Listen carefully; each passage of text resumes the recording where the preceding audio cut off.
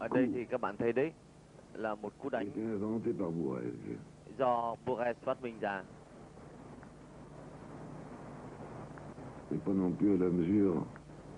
Và đối với những cái người có hai chân như chúng ta, anh ấy giữ những hòn bi như anh ta ở nhà vậy.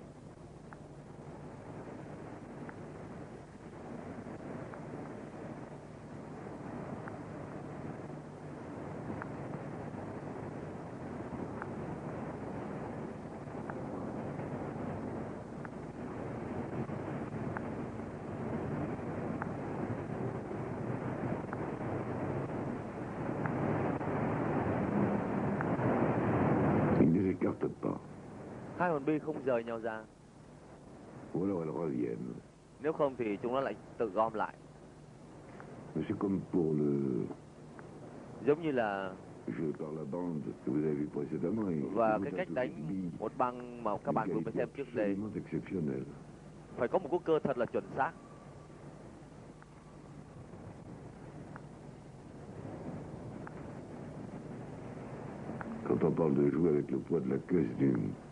Khi chúng ta nói về cái cách đánh như thế này, có nhiều người đã đánh không được điểm nào.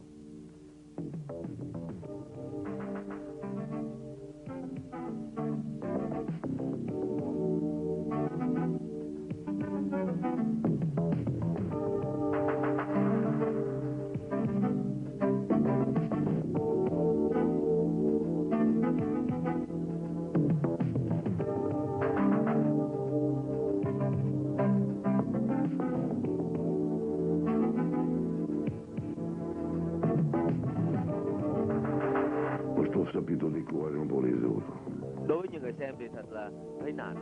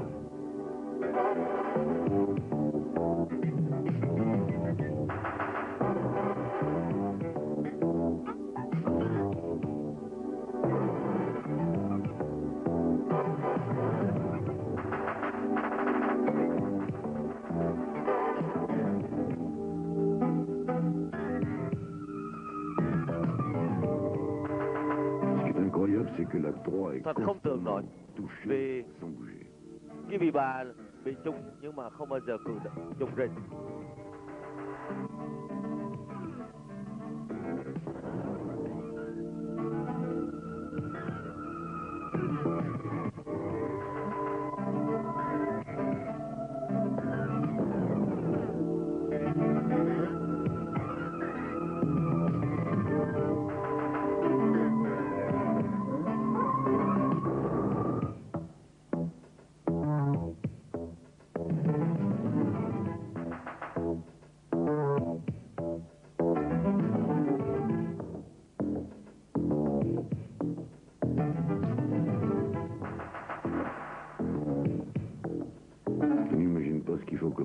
Chúng ta không thể tưởng tượng được khi đánh những cái cú như thế này phải đầu óc rất là bình tĩnh.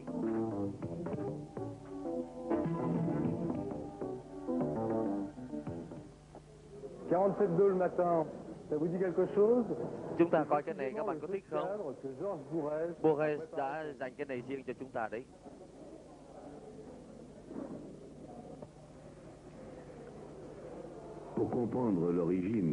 Để hiểu được nguồn gốc của những cái lối đánh này, chúng ta phải trở lại với một người Mỹ hồi nãy.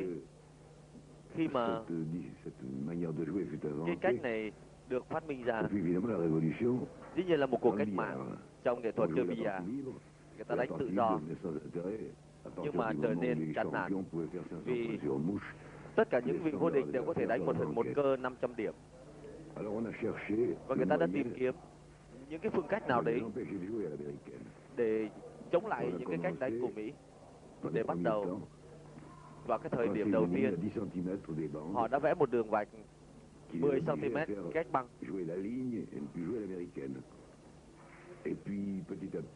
Rồi dần dần họ đã đưa ra 30 cm và bây giờ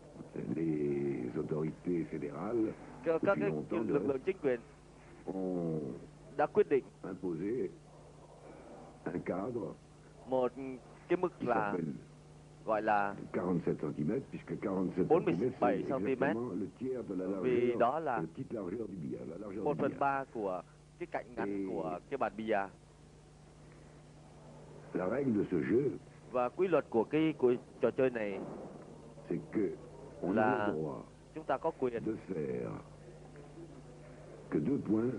chỉ được quyền đánh 2 điểm ở trong trong những cái ô vuông và chữ nhật được vẽ ra. Có nghĩa là một trong hai bi